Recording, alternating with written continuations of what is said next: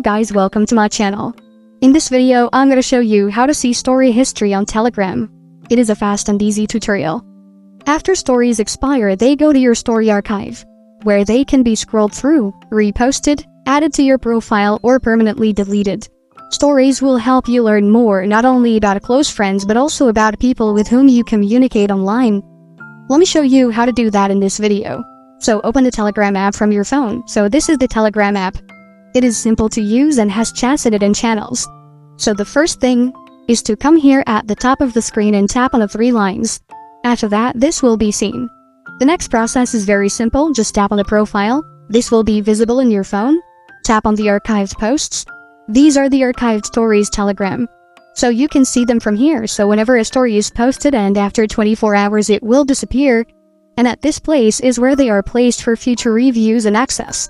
So this is how to see story history on Telegram. Thank you for watching. If this video was helpful, please leave a like and subscribe to my channel for more videos like this. And click on that notification bell to never miss an update.